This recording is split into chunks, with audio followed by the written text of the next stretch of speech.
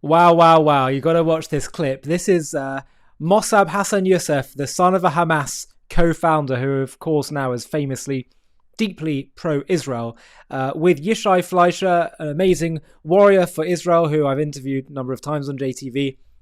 They're at the Cave of the Patriarchs, Marat Machpelah, which is Hebrew for the Cave of the Patriarchs. It is the place where Abraham, Isaac, and Jacob, Sarah, Rebecca, and Leah are buried. Not Rachel. Rachel's buried somewhere else. We also believe that Adam and Eve are buried here. And on top of that, Esau, or Esav in Hebrew, his head is buried here. But it's just fascinating to see us because this is a highly contentious area. Arabs, Muslims go there, as well as Jews. It's a highly Arab populated area. And there's been all kinds of tensions around this place. But if ever there were a place in the world that the Jewish people not only had a right to, but it can point to the Jewish people's right to this land as a whole, it's this place. Have a watch of this remarkable clip and see Mossab's reaction as well, where they go inside a mosque that's really has very highly restricted entry. By King Herod 2,000 years ago. And you could see the Herodian stone looks just like the Kotel. Big difference between this place and the Kotel is this is extant. This is full. This building has never been destroyed, never been broken. Out of all of Herod's buildings, this is the only one that is remaining totally standing. So it's actually a marvel on its own. That's number one. Number two is who's buried here. The Bible, the Torah, chapter 23, book of Genesis, talks about how Abraham comes to Hebron to eulogize his beloved wife and to cry over her. Already shows you the value that the Torah and Abraham placed on a woman. And he purchases this property and he buries his beloved wife, Sarah. Then Abraham himself is buried here. Who buries him? Abraham is buried by his sons, Isaac and Ishmael. Wow. So there is a place that this tomb actually bridges Arabs and Jews. Only at funerals. Why? No, Looks like it. no, also it bridges. It's there's some element of respect that Look, both okay, Jews and Arabs. I didn't mean to be disrespectful, but what I'm saying that in life, Ishmael and Isaac kept separate. That's right. The death of their father what brought them together. That's right. They missed out. That's right. And I'd say mostly at Ishmael's part, which is basically who did not want to respect the status of his brother. That's right. Isaac. That's and right. I think the conflict still continue the same. That's right. That Ishmael does not want to acknowledge the status of Isaac, even though Isaac does not have a problem acknowledging Ishmael. Yeah. And I didn't even understand what you were saying at first. I didn't catch it. And I hope we don't get to the point, where it has to be a massive funeral for Ishmael to acknowledge his brother. Let's hope not. I want you to know, by the way, that my daughter had her bat mitzvah here. And one of the things that I did was I reached out to the Arabs here. Yeah. And I know them. This is actually it's Jabri here. Yeah.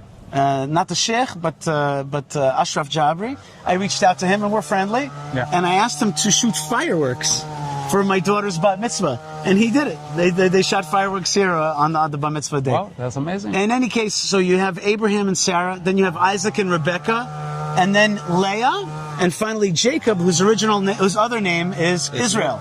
Wow. And so he's buried also here. Jacob's. This is Jacob's tomb. So this is really, that's why this is the number 2 site. I've heard you mention a few times, this is the second most important site to the Jewish people, because the founders are buried here. The founders are buried here. Abraham and Sarah, Isaac, Rebecca, Jacob, and Leah. There's a few other characters that are also said to be buried here as well. But the bottom line is that that's what this building stands for. Look, I'm very happy that the Muslims don't claim that Muhammad is buried here. No. Because, they can change any narrative, any holy book and say, it's like, this is our site and Allah grave is here. I don't know. And people would believe it. They actually, say that Joseph is buried here, when the Bible clearly says that he's buried in Nablus and Shechem. And they also say that all these prophets that I mentioned to you, Abraham and Sarah, Isaac, Rebekah, Jacob, and Leah, are all Muslim prophets. Okay, that's how they see it. They see the Quran is the truth, the Torah is bastardized. This is an example of the identity theft that began in Islam, trying to replace Judaism, and today we see it also Palestinianism trying to replace Israel, to replace Zionism. And I think they are all failing attempts because archaeology does not lie. Science does not lie. I was once with a tourist here, and he says to me, "This is nice, but where's the archaeology?" Right. And the reason is because this is an amazingly preserved 2,000-year-old building. We had archaeology close by here, which is 700 years old and was old rubble. But this 2,000-year-old site... Yeah, it's evident. I mean, it's evident. Now we have with us today the IDF, the border police. They have heard that you are coming. And by the way, I want to mention Dan Diker, who really is your host here in the country and has done an amazing job at bringing Musab Hassan Yusuf, but not just bringing him as a guest, but also seeing him as a person that has a policy vision as well. Is that right? Absolutely. Okay, can I just get a word out of you on this? Yeah, first of all, thank you very much for hosting us in the ancient city of Hebron. Nice to meet you too. The city of our fathers, mothers, and it's really a privilege to be here with Musab as a figure that really has a great power to bring Jewish people actually together and to reinforce the importance of our claims, of our history, of our president, of our future. So the Jerusalem Center for Security and Foreign Affairs is delighted that he's joined us as a senior fellow in Middle Eastern and international security. And you had this brainchild to bring him here, and then you reached out to me to honor me by bringing him, but you haven't been here in a while yourself. I must admit it, I haven't been here in some time, regretfully, but here we are, so I'm delighted to... So I thanked Musab for bringing you to the Marathon. We all thank Musab for bringing us together to the Musab. And you know who else thanks you? The forefathers and mothers. Because today you really are, as I was saying to Musab, there is something here that bridges Jews and Arabs. Abraham and Isaac and Ishmael together buried Abraham. So today we're kind of bringing that same energy back, that good energy, that moral clarity that brings together, under the God of Abraham. So thank you very much, and welcome to the Marathon Machpelah. The fathers and mothers are glad to see you. Great to be here with the fathers and mothers.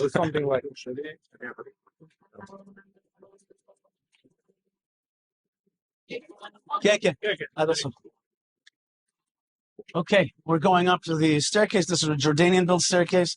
The original entrance was actually at a different spot. So they built this between 48?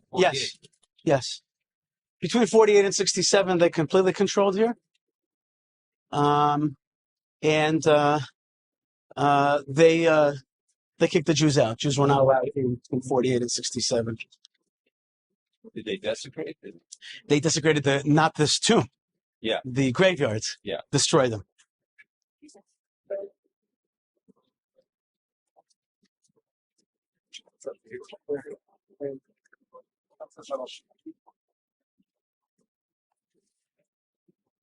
Dan Diker.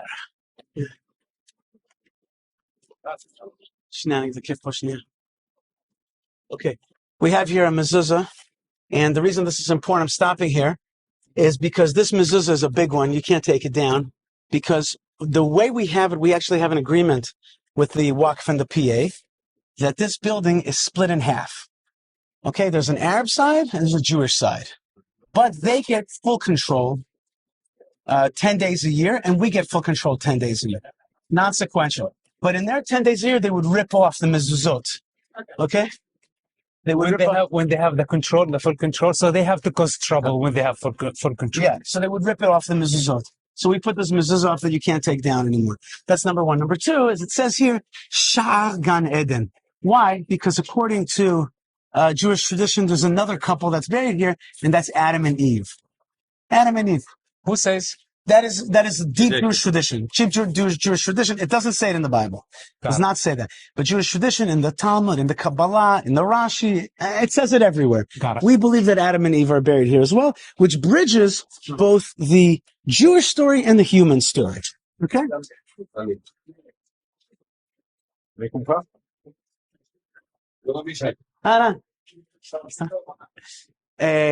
just very quickly, we'll stop here. This is a building that is an extra building. There's the walls of the Marat Machpelah there. Okay, this is an extra building built by the Muslims. They call it the Yusufiya because they have a tomb next door, which is they call the tomb of Joseph. But I wanted to bring your attention to this painting. This painting is by a local artist named Baruch Nachshon. He passed away recently. Oh, that's the father of Nachshon? Yes. Nisan Nachshon? Yes, he's the father. That's right. So this sign says something that the sages say. The sages say, Shalosh mekomot she'ein omot haolam bicholim lomar gzulim hem biyadchem. There are three places that the Gentiles could never, the non-Jews could ever say, we stole them because we paid for them. One is this, the tomb of the patriarchs, the Marat Machpelah. The other one is the Temple Mount in Jerusalem. And the third one is the tomb of Joseph in Shechem in Nablus. Why is that important? Because we purchased all those, the forefathers purchased them. But think about those three places, Hebron, Al-Quds, Jerusalem, the Temple Mount, and Shechem, Nablus. The most controversial places, the places that the jihad claims the most for themselves, are the places that our forefathers purchased that the rabbis say, you can't deny that it's ours.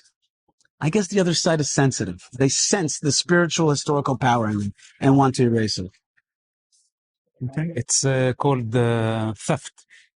Identity theft, like you said, for sure. Identity and property theft. Right. Okay. As we walk through here now, we actually walk into the tomb building itself. Hi, good to see you. Hi. Likewise. We appreciate all of what we do. Thank you very much. Nice to meet you. Meet you.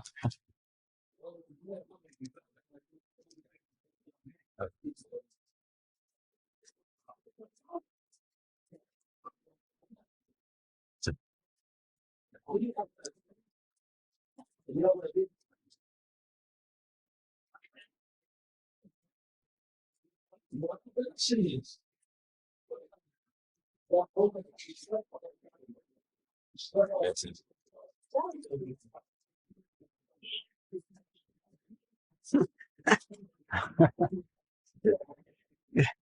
You know, some people are sensitive. I see it. I see it a lot of times. People come in here. I've had super left people come in here. Their faces change because they feel the something else. And just he walks in, he's got the smile. This is right here behind you is the marker of Abraham, of Ibrahim. Okay, and it's yeah.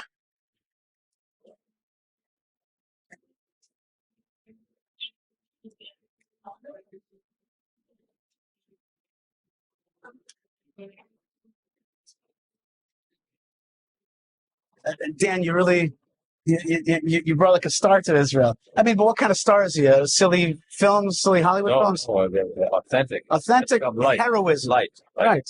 And everybody knows he's putting his life on the line. Everybody knows that. So we have here. Just doing it for the diamonds. Yeah. Oh, that's not in Ashkenaz. They broke it so far. Between, Yeah. We have to go to the other side before the Muslim prayer starts.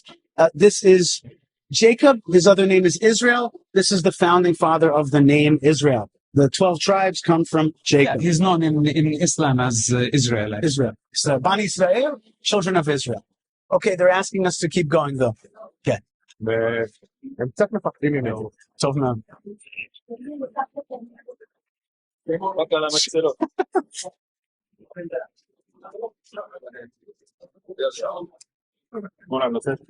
Aren't we supposed to take off our shoes? No, they have a special carpet for us. You see that? They put this down for us. Okay. Can we say hello to the people? You can. السلام عليكم. عليكم السلام. مصعب تشرفنا. سلامات. معلش داخلين احنا في هذا؟ خليك على الحصير خالص. كل لحظة. I am extremely surprised that you are here right now. I did not expect it. This is incredible. You're inside an active mosque. Right here is a place of wind. Wind comes from the cave complex below. People put their face above that wind to breathe in the air that comes from the tombs of the forefathers and mothers. Wow, that's incredible. TikTok. give اللي give. קהל חצרים. אתם באתם להתפלל, אני רוצה זהו. ימינה. ימין. אני נועל פה, אני רוצה מפה. We're going out this way. It's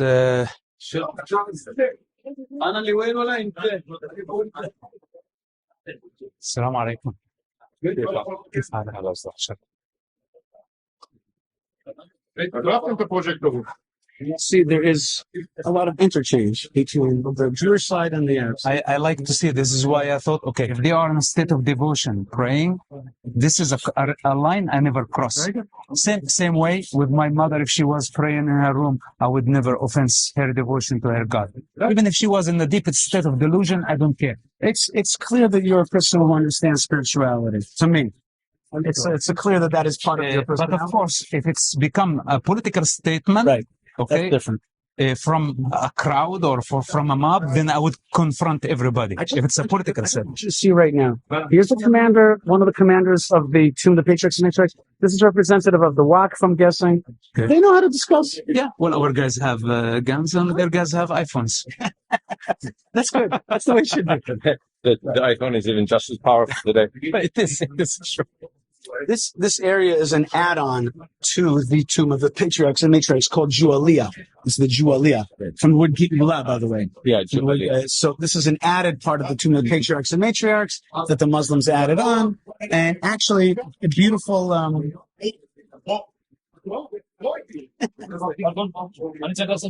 كيف حالكم؟ كل بسادة؟ تודה رבה, تודה رבה. شرفنا. شو اسمك؟ أشرف. أشرف شرفنا. شرف.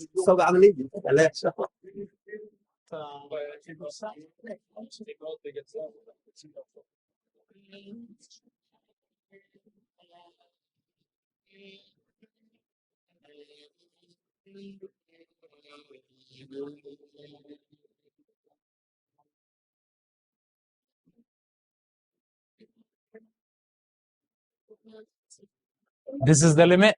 Yeah. So this is basically the Muslim area as well. Yeah. Okay. If it's a matter of worship, let them worship it, just as long as they don't You and I both understand that. turn it into a terror hub. Right. That's not acceptable. Also, the same stand I have with any mosque around the world. Okay, if you want to worship in devotion, nobody can bother you. Nobody has interest interfering with your business. But if you start to turn it into a Muslim Brotherhood, Hamas, incitement, terrorism, etc., indoctrination, then it's not a mosque anymore. And But you and I both know that part of the ideology in these prayers here is not just devotion, but it's the erasure of the Torah, of the Jewish story, the erasure of the Jewish claim. That's part of it. For 700 years, when Islam took control here from 1267 till 1967, Jews weren't allowed in the building. They kicked Jews out of the building. We had to pray outside. We were relegated to Dehimi status and couldn't enter the building. And it's amazing that Israel today control the building, but allow the Muslims to worship. Right. Unlike Temple Mount, which is right now the Jews are not allowed to worship freely. Well, thank God our minister Ben Gvir has changed that, and you can't pray there today. You can't even prostrate yourself. Yes, but the Jews don't have their temple there, That's right. and that's a problem. אני מצטער, אבל פשוט הייתי צריך גם לסגור עם הוואקף את כל הדברים של ההסדרים. We had to take care of some stuff with the Waqf. Sounds good. Well, we noticed how you handle business. So, it's just the only thing, it's because prayer time, and we just did not want to be offensive to the people. הוא מכבד את הזמן של התפילה, כך הוא אומר. As long as they are okay with that, and it's. But it's amazing. I don't remember being in a mosque for a very long time. הרבה זמן לא היה במסגד. So this is the first time, and thank you for giving us the security needed. We need security to go into the mosque. Truly fascinating stuff, and Yishai is a really, really good tour guide. Highly recommend reaching out to him for touring. But I think one of the things that Mossab said near the start that I think really gets to the heart of this is that when Yishai said that, you think about three key areas in Shechem, Nablus, where the tomb of Joseph is, the Temple Mount, where the Dome of the Rock is, but before that, hundreds of years before that, was where the two temples, thousands of years before that. And then here, the Cave of Machpelah, the tomb of the patriarchs in Hebron. Three highly contentious areas, but as Mossad pointed out, they shouldn't be contentious. This is not just a question of who owns it in terms of land, but there's an identity theft going on here. For anyone to claim that the tombs of Abraham, Isaac, and Jacob belong to anyone other than the direct descendants of them, who have a covenant still with them, with God, it's absurd. It's absurd. And I can tell you that one day in the future, we'll look back on this time and think, how are we so fooled to think that these areas should be some kind of split domain? Now, by the way, this doesn't mean to say that non-Jews can't visit these places, can't worship in these places. Precisely as Yishai said, we have a tradition that Adam and Eve are buried there as well. The whole point of the Jewish people is that, on the one hand, we are particular, but we're also universal in our message. We teach that life is about balancing the particular and the universal. It's funny, actually, because people often get really bothered by the fact that Jews are described as a chosen people. They think that that's exclusionary, exclusive. Actually, if you compare Judaism to the other great religions out there, they all say that only through our faith can you have divine salvation, divine relationship. Judaism says, no, we have an exclusive covenant with God, which, by the way, anyone can join if they want to. But that's just because we have a specific mission in this world. But we believe non-Jews have a specific mission in this world. We all have a mission. Every nation has its own character and necessity. So it's actually particular in role, but not, but universal in everyone's value and contribution and necessity. And so Mossad really understands this, and it's no accident. It is no accident that they called Hamas called October 7th the Al-Quds flood, which means flooding Jerusalem, or the Al-Aqsa flood. Sorry, not Al-Quds, Al-Aqsa, because the Al-Aqsa is the mosque on the Temple Mount. Their focus, in the end, is not on Tel Aviv.